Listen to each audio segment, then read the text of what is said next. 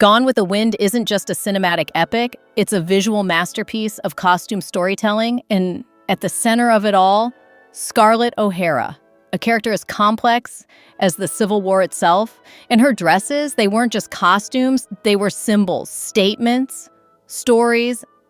I'm Clara Marie, and today let's revisit 5 of Scarlett's most iconic looks worn by the brilliant Vivien Leigh and uncover the meaning stitched into every seam.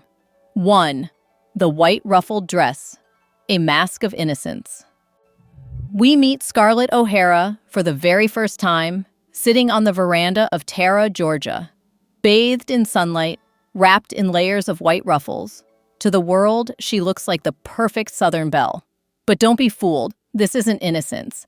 It's camouflage. Walter Plunkett designed this dress as a visual contradiction. Made of white organdy, layered in ruffles with puffed sleeves, a lace-trimmed bodice, and a striking red velvet sash at the waist, it immediately captures attention. The dress evokes the image of a delicate flower, almost like a magnolia in full bloom, echoing the floral backdrop of Tara. But beneath that sweetness is Scarlett's manipulative edge. The red sash and bright matching pumps are Plunkett's subtle way of showing the viewer. She may look pure, but she plays dirty. There's more. This costume reflects the mythology of the Old South. It glamorizes a world built on inequality, white cotton ruffles representing not just wealth, but the slave-powered cotton industry. Vivien Leigh adds another layer. Her posture, smirk, and those sideways glances signal Scarlett's cunning mind, already plotting how to get what she wants. This isn't just a dress. It's a weapon, disguised as a debutante gown, and the second she stands up, you know she's not here to smile politely. 2. The barbecue green dress, seduction in broad daylight. Scarlett walks into the barbecue at 12 Oaks, wearing pale green mousseline, light, sheer, and shimmering under the Georgia sun. But the real shock? It's not the color. It's the cut.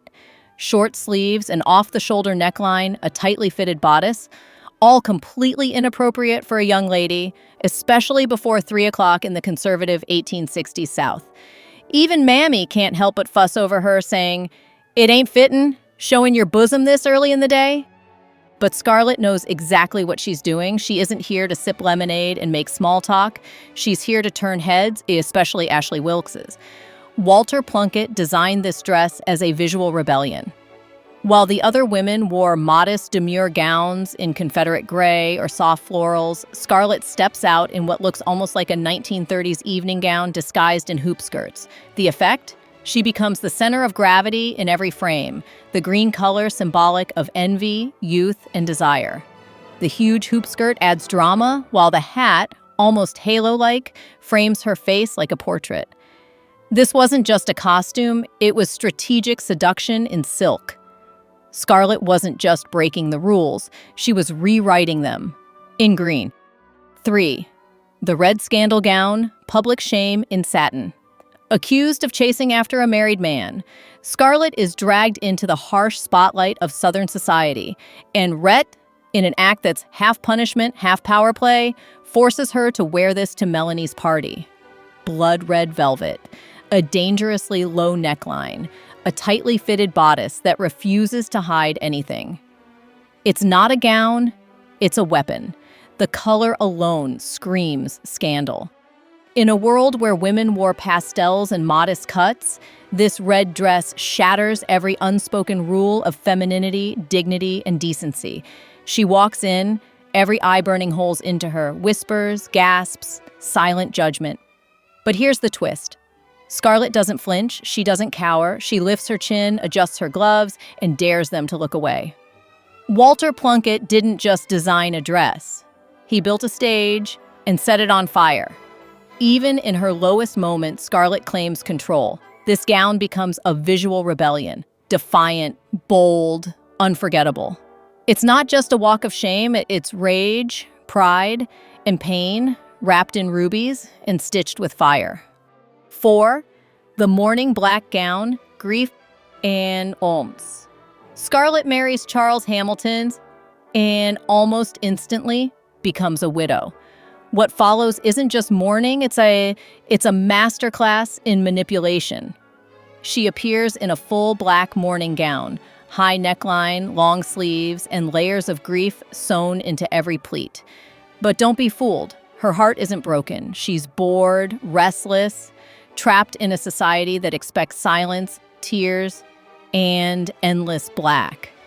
Walter Plunkett's design obeys 1860s mourning codes perfectly, but Vivien Leigh's body language breaks all of them. This dress isn't grief, it's strategy. She uses her widowhood like a weapon, earning sympathy, avoiding gossip, and bending social rules to her will. And when opportunity knocks with a dance at the bazaar, Scarlett doesn't hesitate. Still in black, still a mourner, she dances, she laughs, and society gasps.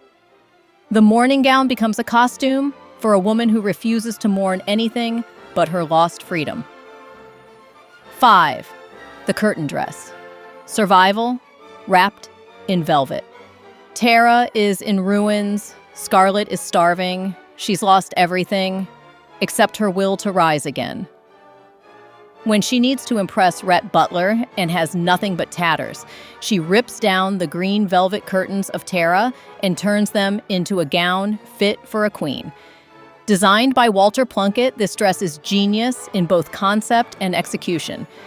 Deep emerald velvet from the parlor curtains. Gold tassel fringe turned into a belt. Structured shoulders and bodice that command attention. It's dramatic, regal, and completely deceptive. It tells the world she's still rich, still powerful, even if she just dug that dress out of her window frame. The real power of the curtain dress? It hides her desperation behind elegance. It lets her play the game, even if she's bleeding inside. Vivien Leigh's performance sells the illusion perfectly. This isn't fashion, it's survival couture. Each dress in Gone with the Wind is more than a beautiful costume. It's a reflection of Scarlett's journey, from privilege to poverty, from flirtation to fury, from rebellion to resilience. Vivien Leigh didn't just wear these gowns, she transformed them into tools of storytelling. And that's why, decades later, we still can't look away. I'm Clara Marie. Subscribe if you love vintage fashion, cinematic icons, and stories that stay stitched in time.